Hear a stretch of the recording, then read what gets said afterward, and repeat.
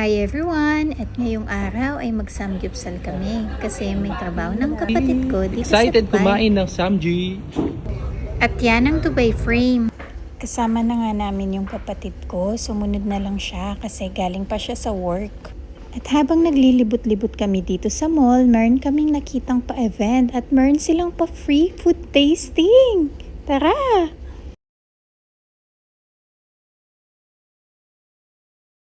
Katapos nga namin tikman yung sa isa, lumipat naman kami dito sa kabilang stall para tikman ang kanilang Korean chicken at dumplings. Kumuha na nga kami isa-isa at bawat isang balot daw nito ay 21 dirhams. Tara, tikman na natin. Ano may tayo? Yes.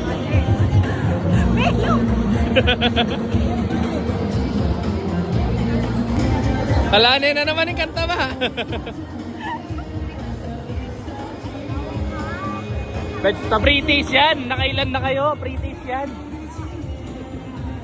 Meron pa dito ba? Ayan o. Pwede natin. Thank you po. Cheers!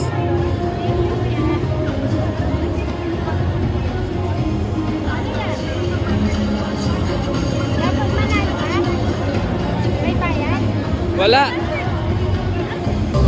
Beka British na kayo. Bemal, kayo pang show na.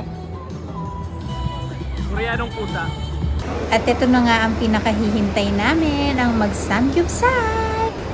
O diba, vlogger na vlogger ang pag-video ng kapatid ko sa amin hanggang sa makarating kami dito sa pwesto namin. Nandito nga pala kami sa Romantic Baka at isa ito sa pinakasikat na samgyupsalan dito sa Dubai. Gutom na yung dalawa kaya sinimulan na nila ang kanilang pagluluto ng samji.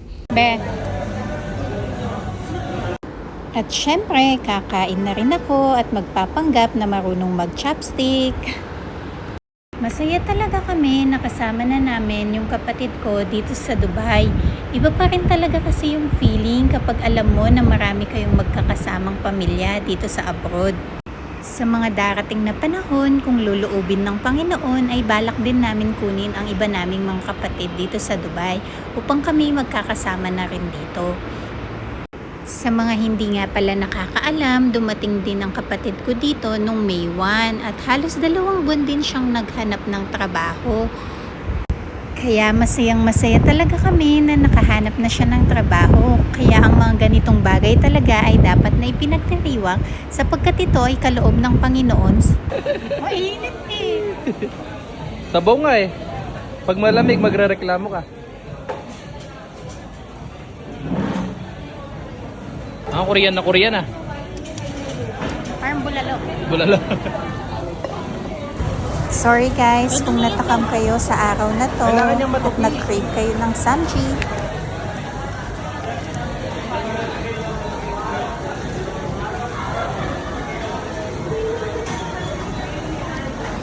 Tapos na nga kaming kumain at oras na para pagdesisyonan kung sinong magbabayad.